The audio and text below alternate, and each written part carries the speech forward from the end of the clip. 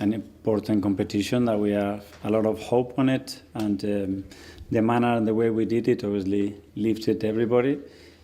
That's the past, unfortunately. So it's about what we do today, the preparation for tomorrow, and try to replicate a great performance again on Sunday. There was a lot of brilliant things you did, and maybe was the toughest thing having to take Miles Lewis-Skelly off in that first half. What was your thought process if you get a chance to talk to you about it, and how much do you have to work with him to make sure this is the next sort of part of his process and progress, because I know you're quite protective over him? Yeah, I think it was quite clear that that we have a liability there with the yellow card and the next action. So it wasn't the moment to take any risk, and learn from that experience managing the game for so long, especially with how important this competition is. So yeah, a lesson to learn from him for sure. We will support and help him. But yeah, the line is really thin in the sport, and he needs to understand that. Yeah, and he's obviously done so much good for you. Do you get the sense he's the sort of player that can learn quickly? Yeah. Yeah, because he's very intelligent. He's extremely demanding of himself, and that's a fine, by the way. And yes. and I don't know. It's up to you guys. Up to you. Hopefully, you have that in place. I think so. So I think it's better for you guys to discuss with your colleagues. Dinner, yeah? Good dinner. So, but yeah, I know straight away his reaction is like that. He's a perfectionist. He's got a great environment around him. And they are here to learn as well. We understand that Thomas Tuchel has a short list. It doesn't sound so short of 55 players. Would you expect both Ranieri and Miles Lewis-Skelly, given their form, to be on that list? And how do you feel about that in terms of the next step of their development? Well, I have no idea. Obviously, what I read and hear about, the noise that is around it. So, as Thomas would take with his coaches the decision, and we will support it. But obviously, somebody who's nurturing them, would you like to see that? Would you feel at this point in their career that's good for them? To be around a different environment, to learn something a bit different? Well, knowing Thomas and the coaching staff and the environment that they have created around the England camp, I think it will be an incredible experience for them, if that's the case, whenever that is. That's not my decision, that will be their decision. How we manage him here, it's ours, it's in our control. Down there, we'll leave it to coaches and people that are super experienced, much more experienced than me. Well, talking of experience, 200 up for you. Yeah. The top three, maybe as you sit here now, moments so far, and have you got another 200 in you? It's gone fast. Probably the number one is with the day that I was sitting here on the first day, just fulfilling that dream of one day becoming the manager of this incredible football club. And then there are many others, but the other night was up there with one of the best because of the way we did it. First two, I went third. A trophy, for sure. When we won the first FA Cup, after everything we went through as a club the last few years, and the COVID period, which was really, really, really difficult as well. 200 more? Win tomorrow. This is in this industry what happens, and try our best. I have a lot of energy still, and very driven to have more success. Okay, we'll see that from Premier League. Afternoon. Hi. Odegaard usually drops in at 6 to help with ball progression in your build-up. Even though he might not be providing a lot more assists and goals that maybe people expect this season, he clearly is very vital in that build-up stage. He himself said he hasn't been at his best, but do you think he's been hard on himself as captain, and we should be looking at the other things that he contributes on the pitch to the wider team? Yeah, obviously when you isolate data and you are looking at certain aspect of the game, that cannot reflect just the overall performance of a player for sure, but he's got ability to do that, what you are talking about in that phase, and then still arrive in great positions, in great situations to provide assist and to score a goal, and he proven that many times, and the other game, I think it was a very good example of that.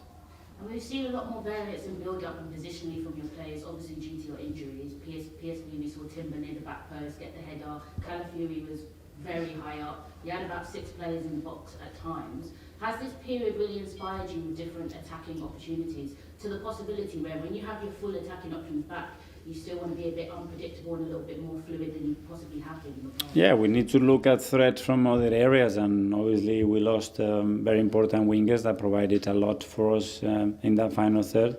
And we're looking to explore other options as well. The team has this capacity to adapt, a lot of players with great football intelligence as well, to understand when to move and why, especially they do certain things. And they certainly float, and we saw actions and combinations that very difficult to defend.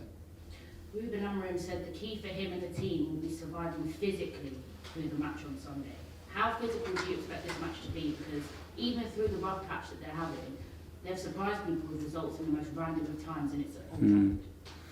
Yeah, well, I mean, that's the history of that football club, and then the players that I have, the coach that I have, and watching the game last night against Real Sociedad, you come very clear that they are very capable to put a really strong performance and beat you on the day. So we know that, we know the difficulty of the match, and that's how we prepared. Tom, Football London. Hi, Mikel. Hi. You mentioned on Tuesday night last week that we've gone from a situation of 0 goals in 2 games to 7 goals in 1 game, which being the beauty of football. You've had a few more days to kind of reflect on that. Do you have any more insights into how we did go from 0 goals to 7 goals in 1 game? Yeah, and as well the way the game could have gone as well, but that's the reality. If they would have scored, we were in total control of the game. In one action, they had the big chance with Saivari, and they hit the crossbar.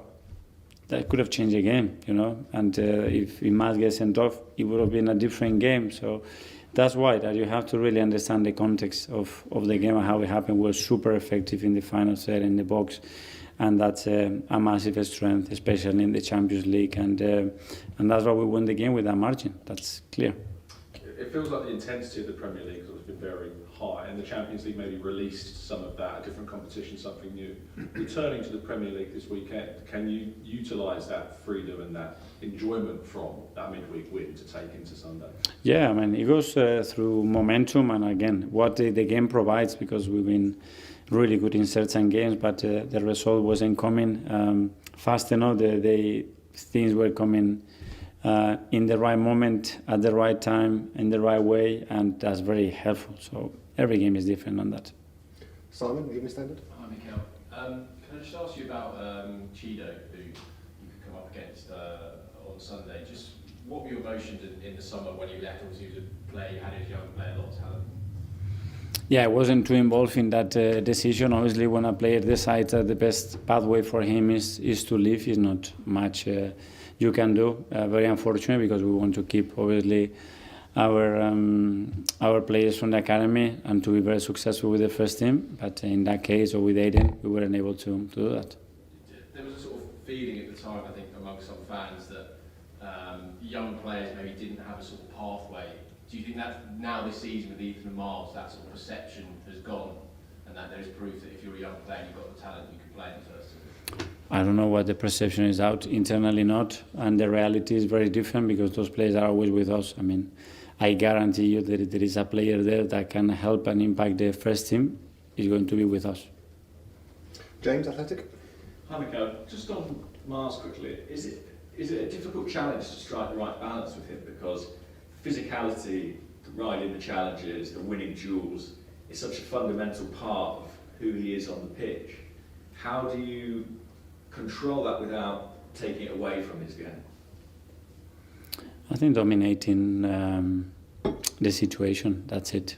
Controlling the situation. You need to dominate what space you are defending, what is the level of exposure that you have, is the opponent facing you, not facing you.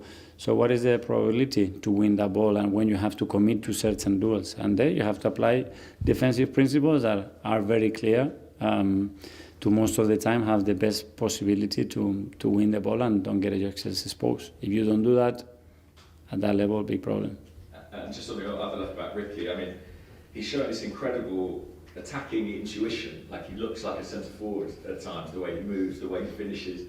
Is that something you knew about him, or is it something you've discovered since he arrived?